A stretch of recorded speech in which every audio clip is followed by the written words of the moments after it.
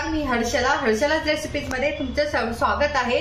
तर आज आपण बनवणार आहोत फिश फ्राय, ते पण अगदी 3 स्टेप्स मध्ये घरच्या घरी हॉटेल सारखा मस्त असा फिश फ्राय आपण बनवणार आहोत। आतून सॉफ्ट वरतून कुरकुरीत असा आपण हा फिश बनवणार आहोत। चला तर मस्त असा कुरकुरीत फिश फ्राय बनवण्याची आपण पद्धत बघूया। बघा, मी इथे अर्धा किलो चिलापी घेतलेली आहे फिश। आता ही मी मस्तपैकी अशी स्वच्छ करून घेतली, पाण्याने 2 ते 3 वेळा धुवून घेतली, साफ केलेली आहे। आता आपल्याला काय करायचंय, मस्त अशी मॅरिनेट करून घ्यायची आपल्याला फिश। तर त्यासाठी मी काय केलेलं आहे, इथे हे बघा, आलं, लसूण, मिरची आणि कोथिंबीर याची पेस्ट करून घेतली। 2 मिरच्या, 7 ते 8 लसणाच्या पाकळ्या आणि अर्धा इंच आलं आणि थोडी कोथिंबीर असं घालून आपल्याला ही पेस्ट केलेली आहे। आता ही आपण फिशला छान लावून घेणार आहोत।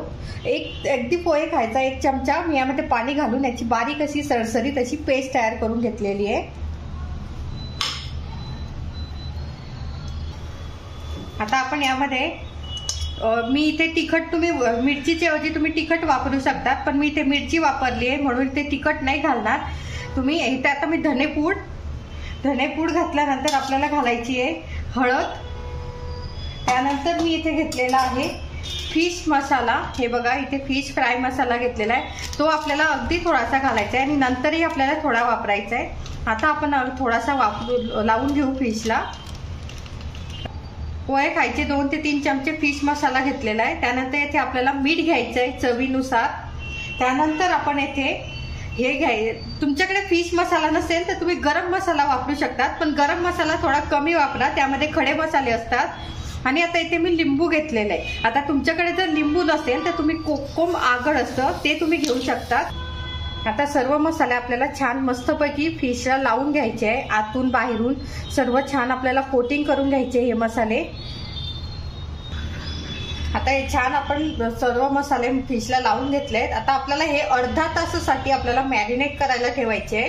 अर्धा तास तरी आपल्याला कंपल्सरी ठेवायचे, म्हणजे ते मसाले जे आहेत ते छान फिशला लागतील, मुरतील त्यामध्ये। आता आपण पुढची स्टेप, फिश आपली मॅरिनेट होते तोपर्यंत आपण पुढचं स्टेप आपण करून घेऊ। आता इथे मी इथे बेसन पीठ घेतलंय 1 चमचा। तुम्ही बेसन पिठाच्या ऐवजी गव्हाचं पीठ घेतलं किंवा तांदळाचं पीठ घेतलं तरी चालणार आहे। आता यामध्ये आपण रवा घेणार आहोत, बारीक रवा आहे हा। आणि आपण यामध्ये आता मसाले घालून घेऊ आणि बारीक रवाच वापरायचा आहे, यामुळे कोटिंग छान येतं। आणि इथे मी फिश फ्राय मसाला यामध्ये घालून घेतलेला आहे, जो आपण अर्धा मॅरिनेशनला वापरलाय आणि थोडा राहिलेला रव्यामध्ये घालून घेऊ। आणि आता यामध्ये आपण थोडंसं तिखट घालायचं आहे की आपल्या फिशला छान असा कलर येतो आणि टेस्टलाही छान लागते। आणि थोडी आपल्याला हळद घालायची आहे आणि आता यामध्ये आपल्याला मीठ घालायचंय। मीठ आपल्याला थोडं कमी घालायचंय, कारण आपण मॅरिनेशन करताना सुद्धा आपण मीठ घातलंय, त्यामुळे अगदी थोडं मीठ आपण यामध्ये घालायचंय। आणि आता हे सर्व आपल्याला छान असं मिक्स करून घ्यायचंय। हे बघा, मस्तपैकी आपलं हे रव्याचं कोटिंग सुद्धा तयार झालेलं आहे, फिश सुद्धा मॅरिनेट झालेली आपली। आता आपण फिश फ्राय करायला घेणार आहोत। इथे मी तवा घेतलेला आहे। आता तव्याला आपल्याला आधी थोडंसं तेल लावून घ्यायचंय। तेल आपल्याला आधी का लावायचंय की आपली फिश चिटकायला नको आणि फिश लवकर शिजते।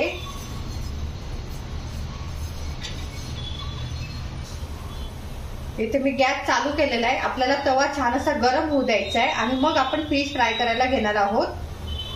आता आपण यावरती असं तेल टाकून घ्यायचंय, कारण आपल्याला शॅलो फ्राय करायचंय, त्यामुळे थोडं तेल आपल्याला तव्यावरती असं टाकून घ्यायचंय। तवा आपला छान असा गरम झालेला आहे।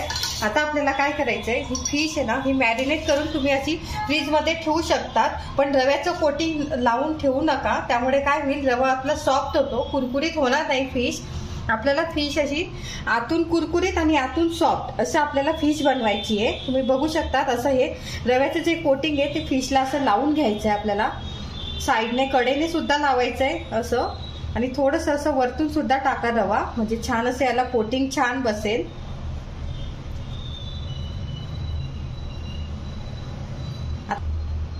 आता हा रवा आपण लावल्यानंतर असं थोडंसं रवा असं फिशवरून झटकून घ्या, कारण तेलामध्ये जर रवा पडला तर तेल आपलं सगळं रवा होईल।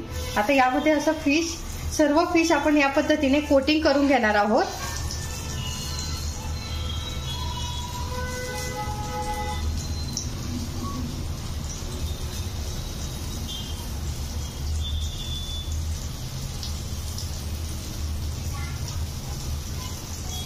येथे तुम्ही रव्याचं प्रमाण तुम्हाला समजत नसेल की फिशला किती रवा लागेल, कधी कमी होतो कधी जास्त होतो, तर एका फिशसाठी पोहे खायचे 2 चमचे रवा सफिशियंट असतो.